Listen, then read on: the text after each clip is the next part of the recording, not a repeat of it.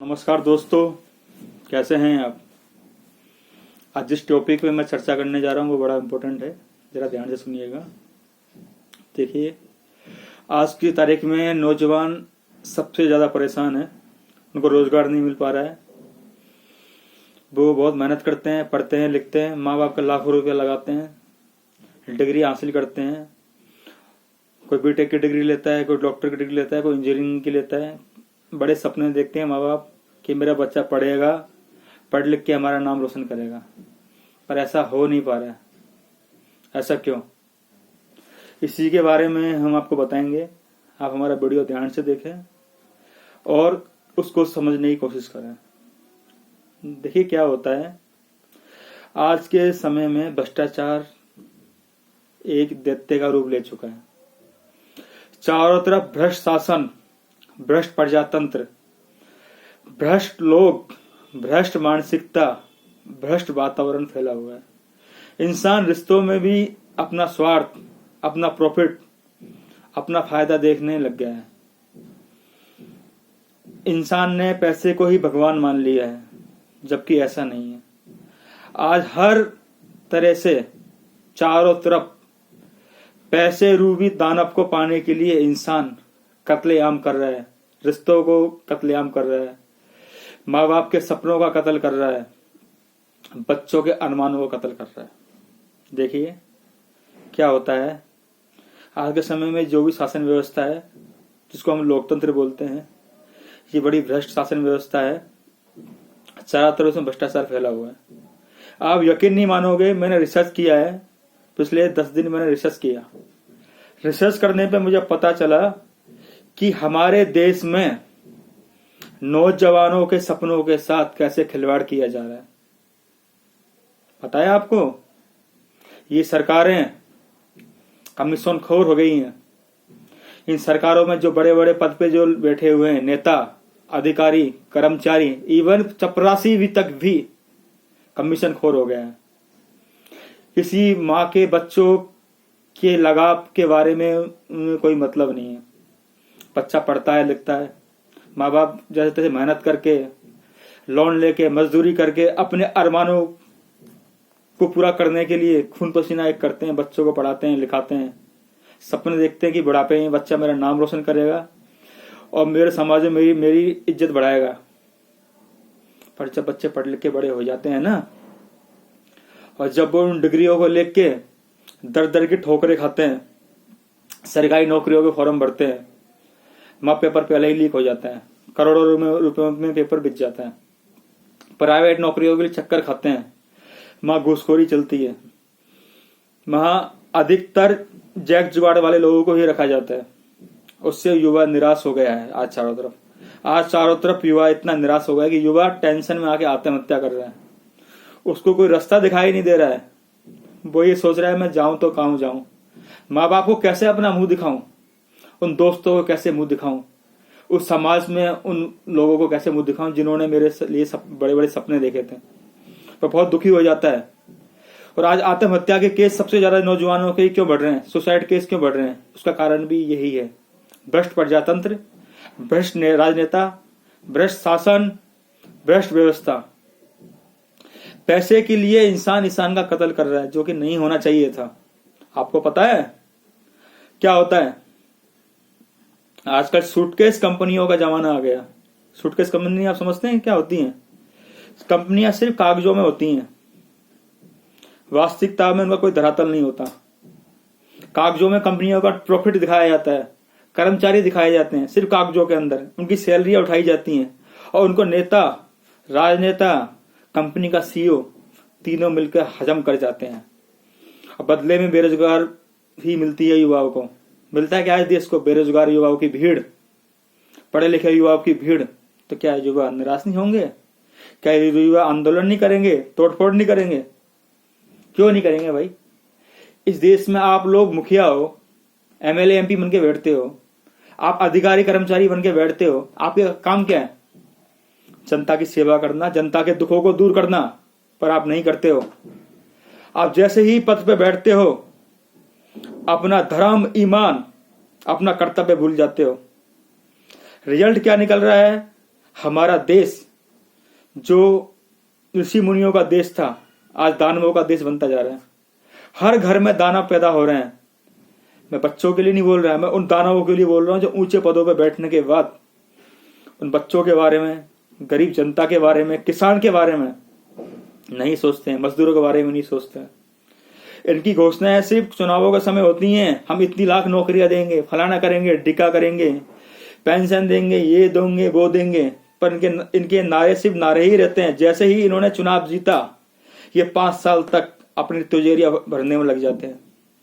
Commission खोरी ऐसी है, नीचे से लेकर ऊपर तक कमीशन खोरी फैली हुई है, भ्रष्टाचार फैला हुआ है कि किसी भी तरीके से जनता का गाढ़ा पैसा टैक्स के रूप में, भ्रष्टाचार के रूप में लूटा जाए। और जनता को क्या मिलता है लास्ट में? बाबा जी का ठुल्लू।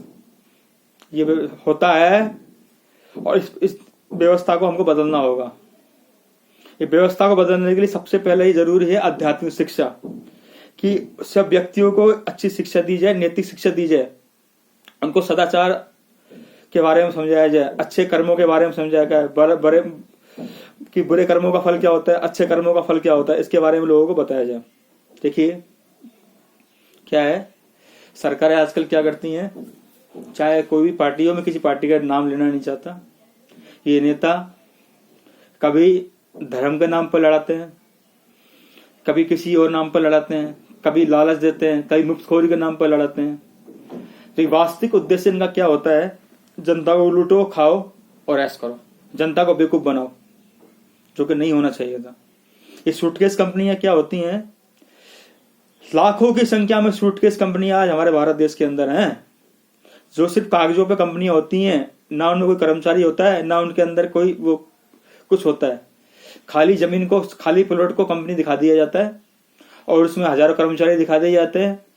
उसके नाम पे करोड़ों रुपए का लोन बैंकों से उठा लिया जाता है और उसका राजनेता आपस में बांट लेते हैं और हजारों कर्मचारियों की सैलरी दिखाई जाती है, उसको भी आपस में बांट लेते हैं।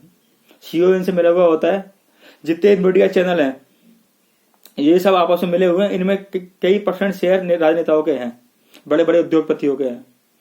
तो ये मीडिया चैनल भी राजनेताओं की, ये पार्टी की ही कहानी गाते हैं, ये जनता तक वास्तविकता आने ही नहीं देते। उदाहरण के लिए अभी चीन में दिखाया जा रहा है कोरोना कोरोना कोरोना। कहाँ है कोरोना? ये पूरा एक प्रोपगंडा फैलाया गया है कि कमीशन खोरी के कैसे कमाई जाए। जितनी भी दवा कंपनियां हैं इनको पूरा इनका माइंड सेट किया गया है कि आप कोरोना नाम पे लोगों को डराओ और अपनी दवा कंपनियों को हजारों गुना दामों में मार्केट में उतारो, हम आपको आपकी रेट अप्रूव कर देंगे, बदले में आप हमें इतना % कमीशन दे देना। यही खेल पूरे विश्व में आजकल दोस्तों चल रहा है, जो आम जनता चीज को समझ नहीं पा रही है।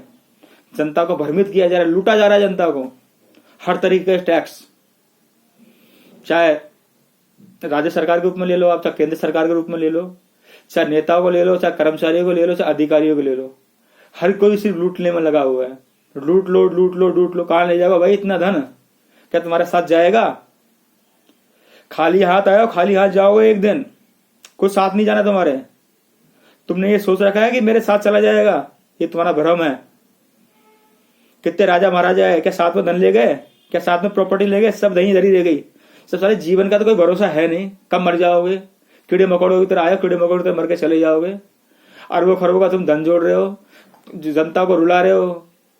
बेचारे जो जितने भी पढ़े लिखे बेरोजगार है उनको तुम दुखी कर रहे हो, उनकी माओ को दुखी कर रहे हो, उनके पिताओं को दुखी कर रहे हो। क्या उनकी आहाओं से जी पाओगे? नरकों में जाओगे तुम लोग, नरक मिलेगा तुम लोगों को और तुम्हारी आने वाले पीढ़ियां तुम्हारे पापों को भुगतेंगी। समझो चीज को, सुधर जाओ। राजनेताओं तुम सुधर जाओ, कर्मचारियों तुम सुधर जाओ, ईमानदारी ले आओ थोड़ा अपने अंदर। थोड़ा वो गरीब जनता के बारे में भी सोच लो जो तुम लोगों से आस लगा के बैठी हुई है। आखिर तुम भी किसी माँ के बेटे थे, आखिर तुम भी किसी बाप के पुत्र थे, किसी बहन के भाई थे। तुम्हारे ही बच्चे हैं, कल तुम्हारे बच्चे अगर दर दर की ठोकरें खाएं, आने वाली पीढ़ियां तुम्हारी दर दर की ठोकरें खाएं, क्या तुम्हारी आत्मा को सुकून मिलेगा? नरकों में पड़े पड़े सड़ोगे तुम लोग। इसलिए इस वीडियो के द्वारा मैं तुमसे कहना चाह रहा हूं, अपील करना चाह रहा हूं, सुधर जाओ। थोड़ा देश के बारे में सोचो, थोड़ा जनता के बारे में सोचो, थोड़ा अपने अंदर ईमानदारी लाओ, सदाचार लाओ, अच्छे कर्म करो ताकि लोग तुम्हें याद करें। हमेशा ध्यान रखना, अच्छे कर्म करने वाले इंसान को ही दुनिया पूछती है, रावण को तो कोई नहीं पूछता, रावण बहुत विद्वान था, क्या उसने अच्छे कर्म नहीं किए थे, पर उसने गलत कर्म क्या किए कि उसने लोगों को सताया, बहन बेटियों पे गलत नजर डाली, सोने की लंका बनवाई। फायदा क्या मिला? आज रावण को जलाया जाता है हर साल। तो क्या आप भी लोग भी तो रावण ही हो? क्या राम बनने की कोशिश नहीं कर सकते? अगर राम बन जाओगे तो क्या तुम लोगों को दिक्कत हो जाएगी? तुम नहीं चाहते कि तुम्हें आने वाली पीढ़ियां पूजें, तुम्हारा नाम लेके सम्मान के रूप में अपने आप को महसूस करें कि यह सम्मानीय नेता था, सम्मानीय अधिकारी था, सम्मानीय कर्मचारी था। सुधरो भाई लोगों, ये जनता तुम्हें जूते मारेगी, कहीं मुंह दिखाने लायक नहीं रहोगे। सुधर जाओ। इन्हीं शब्दों के साथ मैं ये कहना चाहता हूं, जो भी पब्लिक मेरा वीडियो देख रही है, इसको आगे से आगे लोगों तक शेयर करें और लोगों को समझाएं कि बुरे कर्मों का नतीजा बुरा होता है, अच्छे कर्मों का नतीजा अच्छा होता है। बुरा करोगे बुरा मिलेगा, अच्छा करोगे अच्छा मिलेगा। श्री कृष्ण जी ने भी कहा है, यदा यदा धर्म से गिरानी भक्ति तदा तदा अवतार भक्ति। जब जब धर्म की हानि होती है, कोई ना कोई अवतार इस धरती पे आता है और पूरे शासन को अपने कब्जे में ले लेता है और दुराचारियों, भ्रष्टाचारियों और राक्षसों का सर्वनाश हो जाता है। इसलिए सुधर जाइए, अच्छे कर्म करिए, अच्छे कर्म करने के लिए लोगों को प्रेरित करिए। आज से ईमानदारी लाइए अपने अंदर। ये पैसा मानता हूं काम आता है, पर एक लिमिट तक ही काम आता है, उसके बाद एक पैसा किसी काम नहीं आता। जब मरोगे ना तो हो सकता है बच्चे भी तुम्हें नहीं जलाएं, सड़ के मरो। तो ऐसे कर्म क्यों करते हो? सुधर जाओ भाई, फायदे में रहोगे। सुधरोगे तो लोग याद करेंगे, बुरे कर्म करोगे तो एक दिन मर जाओगे। आज तुम MLA भी बने हुए हो, आज तुम लोग अधिकारी कर्मचारी बने हुए हो, कितने दिन तक हो भाई? स्थायी हो क्या? जोड़ लो पैसे, कितना जोड़ लोगे? साथ ले जाओगे? नहीं लेके जा पाओगे। पेट में कितनी रोटियां खा लोगे? 4 रोटी 5 रोटी कितना खा सकते हो? कितने कपड़े पहन लोगे? कितनी गाड़ियां यूज कर लोगे?